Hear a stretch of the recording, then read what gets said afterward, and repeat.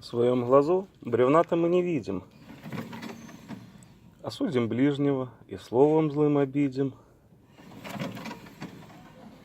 Но на себя взглянув со стороны, поймем, что недостатки и у нас видны.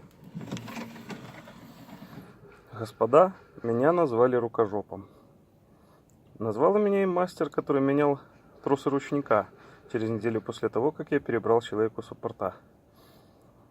Уважаемые знатоки, угадайте, в чем косяк?